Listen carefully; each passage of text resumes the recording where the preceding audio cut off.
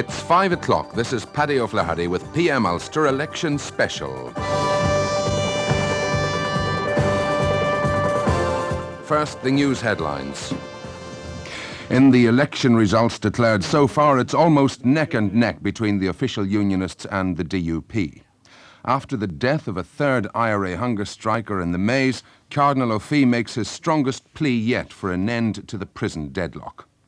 Also in P.M Ulster this evening, Northern Ireland's political leaders on the results of today's local government elections. We talk to the election experts on the way Ulster people cast their votes. And as the remains of Raymond McCreesh are taken back to South Armagh, we have a special report from his home village. First, the news in detail with Anne Osborough. First, the election, and the state of the parties a few minutes ago. DUP 57, Official Unionists 55, SDLP 38, Irish Independence Party 6, Alliance 6, Workers' Party Republican Clubs 1, People's Democracy 1, UP 2, Other Loyalists 6, Northern Ireland Labour Party 1, Other Socialists 1, Independents and others 15. Now, with analysis of the election results declared so far, here's our political correspondent, W.D. Flax. The main feature of the election so far has been the advance by the DUP at the expense of the official unionists. At the other end of the political spectrum, SDLP has been giving way to Republican candidates to some extent, while the middle ground represented by Alliance has been diminishing. At one point in the count today, the DUP was running only 1% in votes behind the official unionists, while the final gap in the last election was 17%. It looks as if the SDLP will drop below the 20% level, and Alliance might well fall below 10% if present trends continue. In Belfast, the Lord Mayor, Alderman John Carson, official unionist, easily topped the poll in Area H, but the DUP has been gaining appreciably in the city. The DUP is also advancing in Londonderry and in Castlereagh, where the party's deputy leader Peter Robinson had enough votes to bring in two of his colleagues in Area C. In Fermanagh and in Dungannon, among other places, the official unionist vote held up well. In West Belfast Area D, Dr Joe Hendren of the SDLP topped the poll this time. This is the area where Paddy Devlin had nearly 4 electoral quotas last time, but whose vote sagged on this occasion, and he still hadn't been elected a short time ago. Also in this area, John McAnulty of the People's Democracy, which has been giving firm backing to the hunger strikers, was returned on the first count. The Irish Independence Party, which has been taking a similar line, made early gains in Fermanagh, Dungannon and Omagh. The Alliance Party, which seems to be dropping in most places, had its leader Oliver Napier returned on the second count in East Belfast Area B. The UPNI leader, Mrs Anne Dixon, failed in her bid to win a seat in Carrick. Office has said within the past hour that the INLA hunger striker Patsy O'Hara has lapsed into unconsciousness.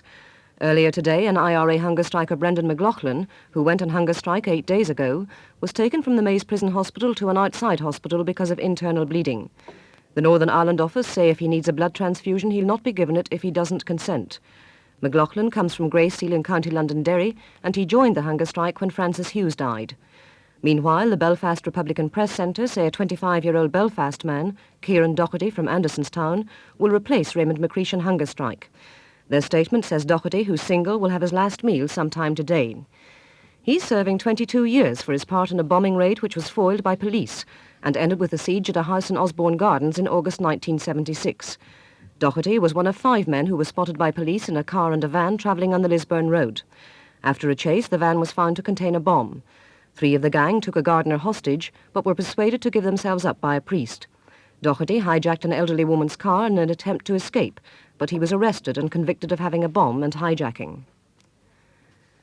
The remains of IRA hunger striker Raymond McCreesh, who died in the Maze prison early today, have arrived at Camloch in South Armagh. Between 2,000 and 3,000 people followed the coffin from Daisy Hill Hospital in Newry to Camloch, where McCreesh's family live. A short time ago, the tricolour-draped coffin stopped in the village square while a rosary was said.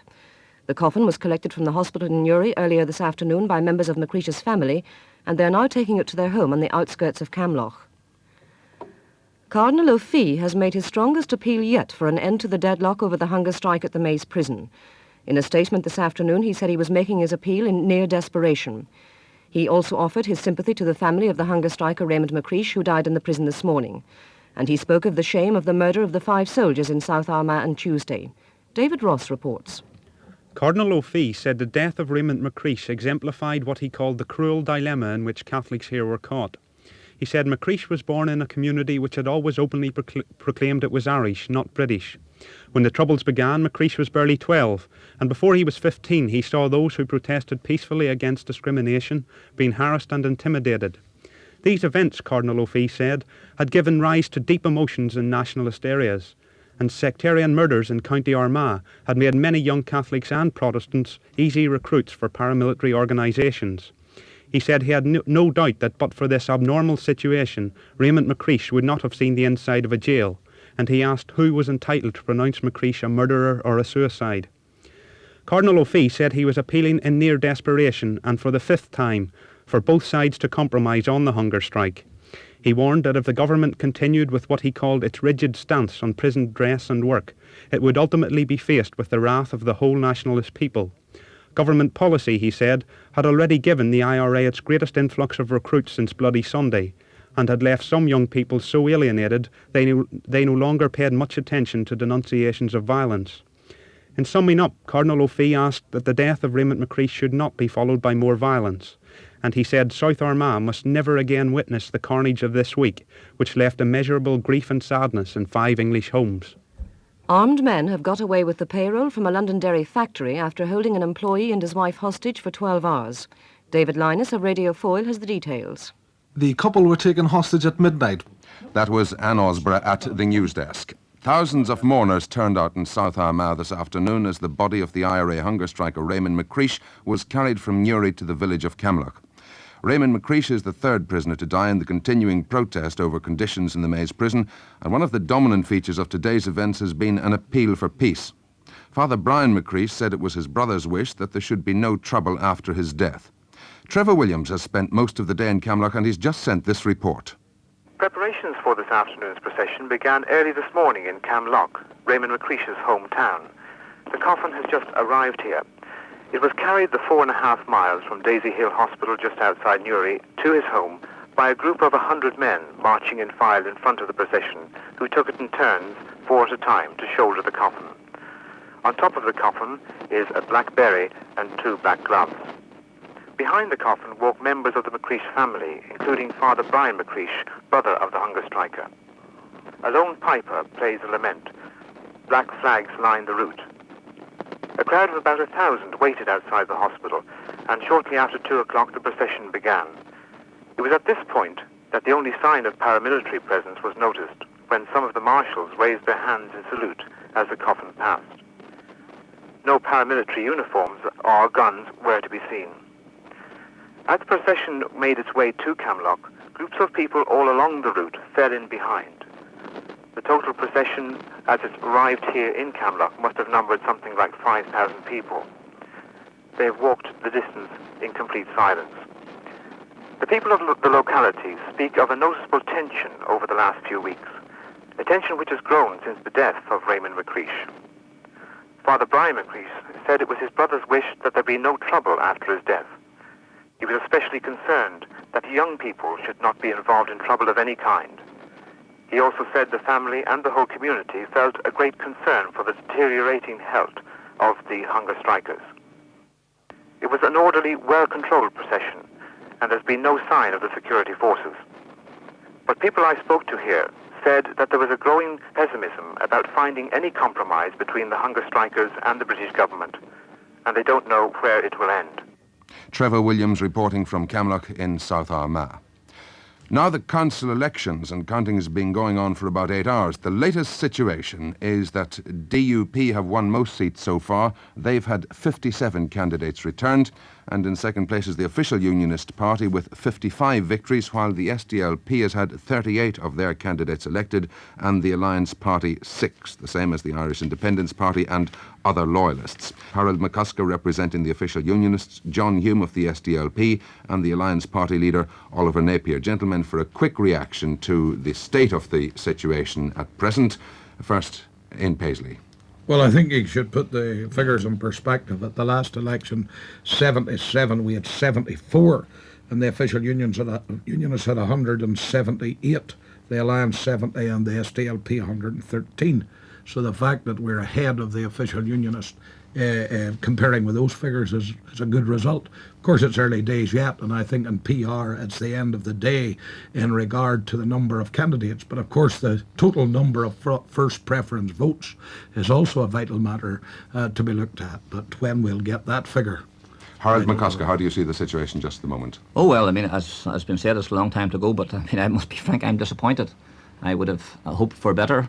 I'm particularly disappointed at the performance of the official Unionist Party in Belfast, and some people should be ashamed of themselves. I had a special responsibility for the border counties of Armagh, Tyrone and Fermanagh, and I'm proud of those people, and I'm proud of the performance I've put up.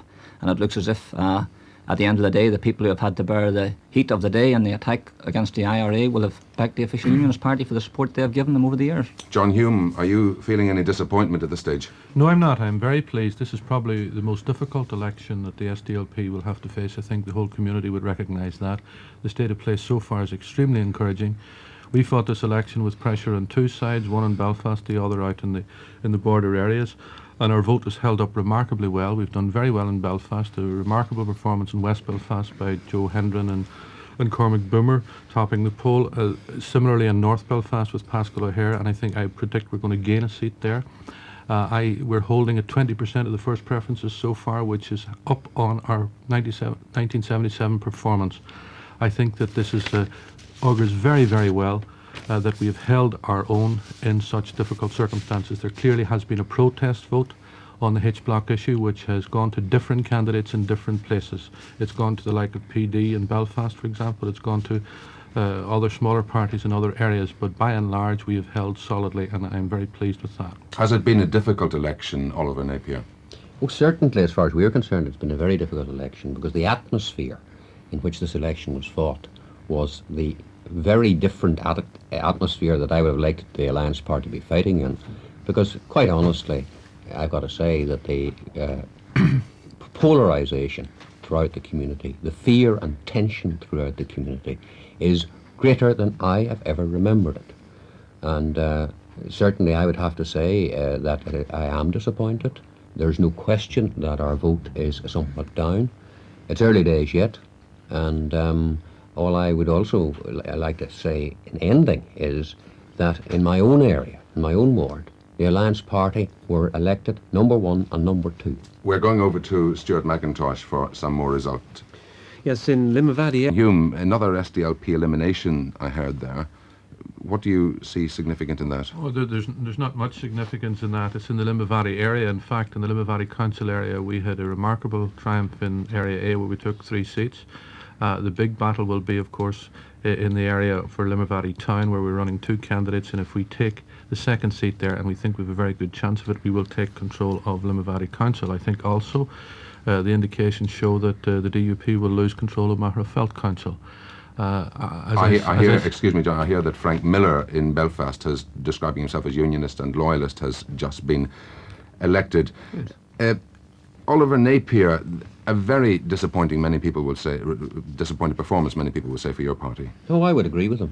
It is a disappointing performance. Are you shocked? I'm not shocked, because I knew that coming into this election, in the kind of atmosphere in which we were in, the kind of tension we were in, that I was afraid that at the end of the day there mightn't even be an Alliance Party. What I'm glad to see is that a lower vote is down. We have held a party together, because I have never remembered times in fighting an election like the ones we're in at the present time. Harold McCusker, the official unionists, it appears, have lost seats in all areas except one area of Dungannon. Now, this must come as something of a shock to you. Well, as I said earlier, I was disappointed. I believed we were trying to offer a positive alternative to unionists. But do you feel more than disappointment? Yes, I personally feel more than disappointment. I remember 4 years ago a man said if he lost, his voice wouldn't be heard again. I'm almost close to that situation. If people want to opt for the sort of politics in Northern Ireland that they're opting for at the moment, then this Joe Soap has no part to play in it. And I'll watch with interest till tomorrow night, and then I'll make my decision as to whether I engage the rest of my time to the democratic process and to trying to represent people decently and responsibly, or else I'll opt out, because I wouldn't want to play the political game that I watched being played in my constituency yesterday. You don't feel like leaving politics? At the minute, I'm on a knife edge, and I have given 8 years, and I've given what I believe is a positive and responsible role, and if unionists in Northern Ireland want to opt for the other form of unionism, I won't stand in their way of unionist unity. There'll be no unionist unity And that's what people want until they make their choice in unionist politics. And if they want to make their choice for the DUP, then they'll make that choice, and I'll accept that. You say you're on a knife edge. What will decide you which way to go? Well, I'll wait until I see the result tomorrow night. If the official Unionist Party are still the major Unionist Party with more seats in councils than the Democratic Unionist Party, and if our overall share of the vote is still in the majority, then I'll consider it may well be worth my while to continue. But I have given, like most other people around this table probably, 18 hours a day to politics for 7 or 8 years. And I've tried to represent people as well as I can and as responsibly as I can.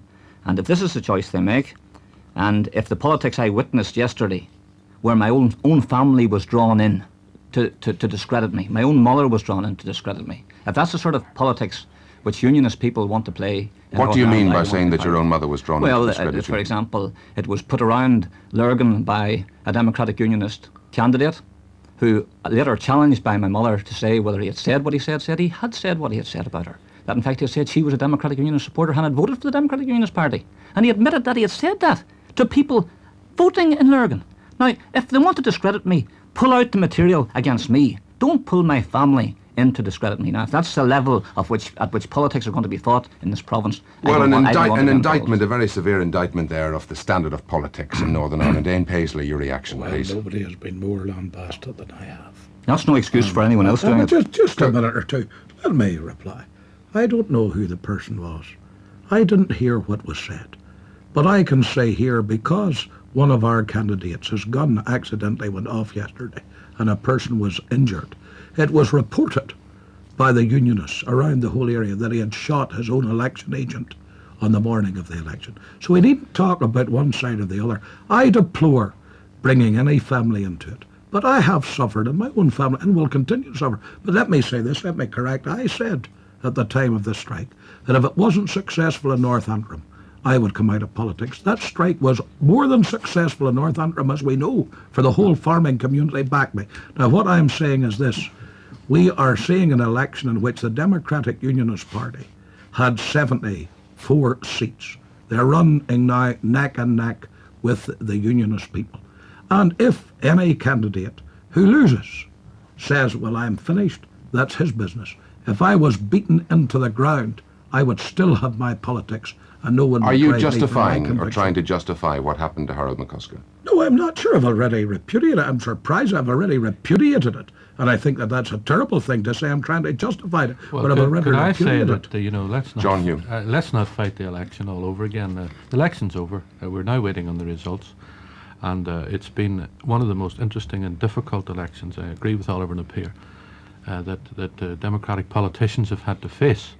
And let's just wait for the results. Well, how do you feel, John? How do you feel about what Harold McCusker says, that he's on a knife edge? Considering leaving politics? Let's say that at this stage of the count, I'm not surprised that some people are disappointed and others aren't. I think that people should reserve their judgments until the final tally is in, and that's what I am doing. But did you feel at all like that when you were pelted with eggs in Crossmaglen? First of all, I wasn't pelted with eggs in Crossmaglen. That was one of the... it was a terrible smear on the people of Crossmaglen who were there and who know. Fresh eggs.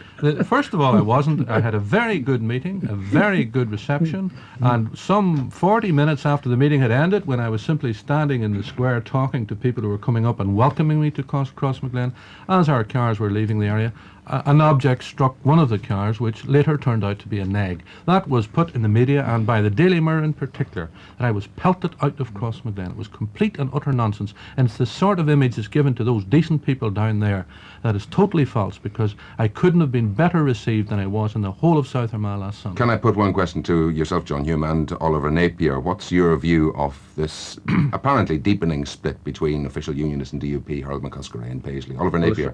I would like to make one thing clear, first of all, and that is that as far as I'm concerned, as far as my party is concerned, we are going to continue to fight and fight and fight. Despite the fact that you haven't had a first count return? For moderation and for non-sectarian politics in this country. And what's more, in a different atmosphere, we are going to come bouncing back, and we're going to come bouncing back hard. But you've been saying that for a long time. Why should you believe that you're going to come bouncing Oliver, back you now? thought you were going to bounce back in this election. I sat in a programme with you in which you said that this was an election for the middle ground and that you were going to take the middle So ground. let's ask Oliver Napier, why do you feel that you can bounce back now?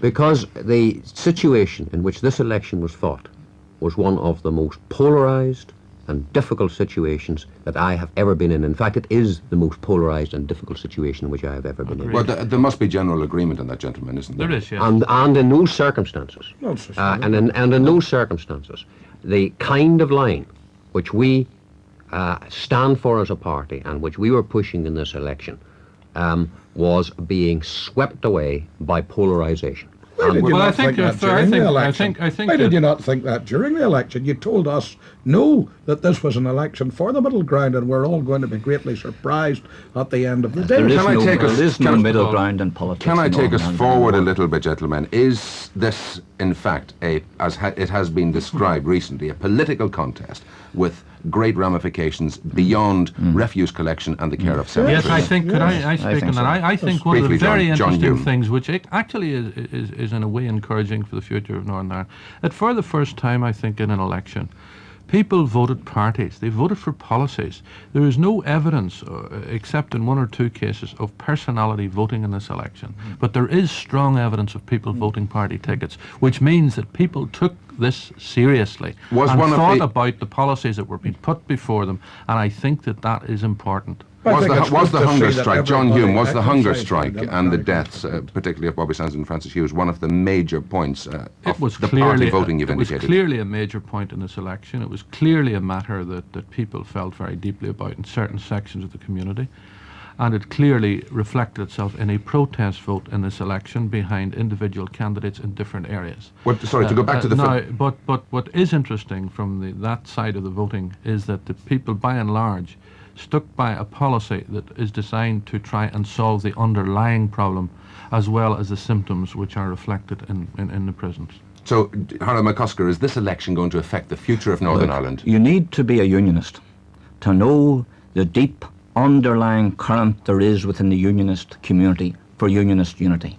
Now, I will not stand in the way of that unionist unity if the only way that unionist unity can be achieved through the Democratic Unionist Party led by Ian Paisley. That's a remarkable and if the majority, that's the truth. You need to be, you may well be, you may well be. What I'm saying, there is a deep and it's a deep-rooted feeling in the Protestant community that the only way this community and this province can survive is if there is unionist unity. Well, what about if the Protestant community say that they want that unionist unity on the terms of Ian Paisley, then I won't be the one to stop that unity coming about, because I want that unity as much as anyone else. I just won't be one. Hold on a second, gentlemen. Harold McCusker, aren't you simply saying... Won't be a party to that. Aren't you simply saying, Harold McCusker... that in fact is that's the decision they've made today. That's what I'm saying. That's the decision people have made today, or seem to be making today. And if that's the decision they want to make, I don't want to be any part of it. But aren't you saying that you simply want unionist unity on your terms? I'm saying that I understand what that feeling's like, because I live in that community and I represent that community, and it exists in me and it exists in my family. And under proportional representation, you'll never get unionist unity unless the Protestant community comes down firmly on one side or the other. Now, I tried to say to them in this election, you better come down on one side or the other, or else you're going to have this continual splintering, continual division, the continual bitterness that I've just referred to. Now, if they're coming down on the side of the Democratic Unionist Party, if they're coming down on the side of Ian Paisley as the leadership that they want, then I won't be the person that'll prevent it happening. Before we take that up with Ian Paisley, I hear Sean Hagan, Alliance Deputy Mayor in Craigavon, has been eliminated. Quick reaction. Disappointed. And I, as an official unionist, am disappointed as well. He's a good councillor, very hard-working councillor, and I'm disappointed. Can I bring Ian Paisley in here again? Ian Paisley, it seems at this stage that the voice of the DUP is going to be heard more widely than ever before. How is that voice going to be heard? We all know how you protest against things. What are you going to propose in a positive sort of fashion for the future now? Well, I think that first of all we've got to get these election results in, and we've got to see how we stand at these councils.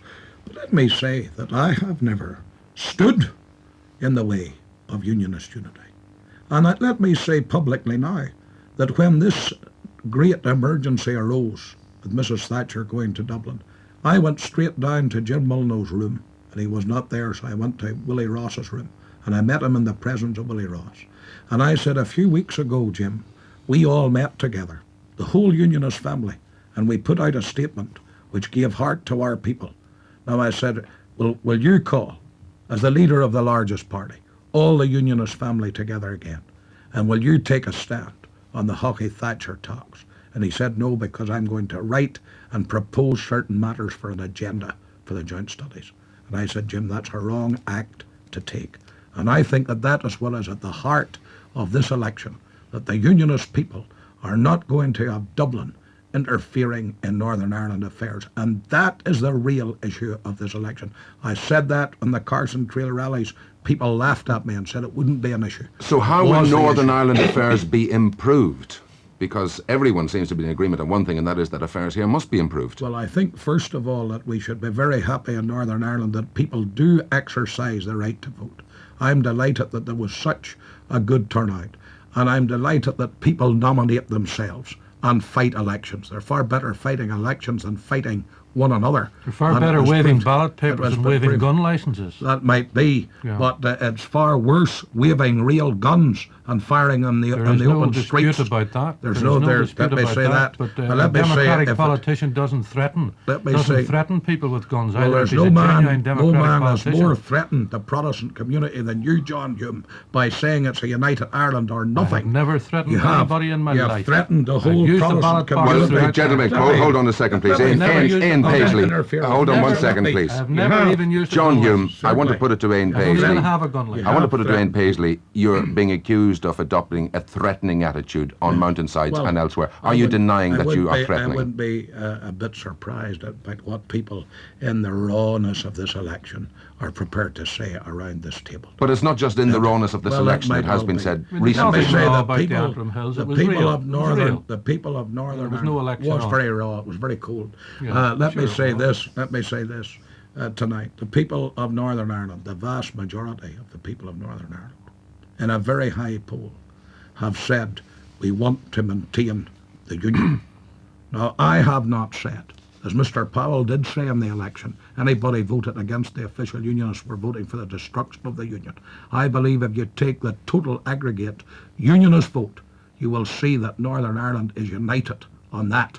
And that is something that every politician, including Mr. Hume and Mr. Napier, should take notice of. A final word, please, just from Oliver Napier on one major point. Is this the end of the middle ground in Northern Ireland? Are we totally polarised? Not at all. At the present time, we are fairly polarised, but it's certainly not the end of the middle ground in Northern Ireland.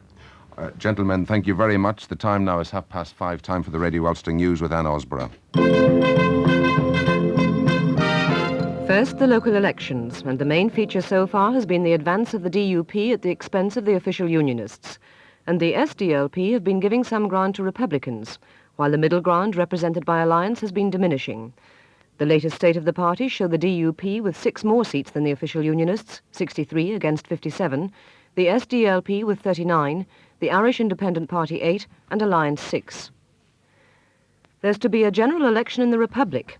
The Prime Minister, Mr. Hawkey, called on President Hillary a short time ago and asked him to dissolve the Dáil. It's thought the polling will be on the 11th of June. The body of the IRA hunger striker Raymond McCreesh has arrived at his home in the village of Camlock in South Armagh after being taken from Daisy Hill Hospital in Newry. Between 2,000 and 3,000 people followed the tricolour-draped coffin. The Republican press centres say Kieran Doherty from Andersonstown will go on hunger strike to replace McCreesh. Doherty, who's 25, is serving 22 years for his part in a bombing raid which was foiled by police and ended with the siege of a house in Osborne Gardens in Malone in Belfast in 1976. Another hunger striker who started his fast only 8 days ago has been taken to an outside hospital with internal bleeding. The Northern Ireland office say Brendan McLaughlin will not be given a blood transfusion if he doesn't give his consent. And Patsy O'Hara of the INLA, who's been on hunger strike for 61 days, has now lapsed into unconsciousness. Cardinal O'Fee has said the death of Raymond McCreesh showed the cruel dilemma in which Roman Catholics here were caught.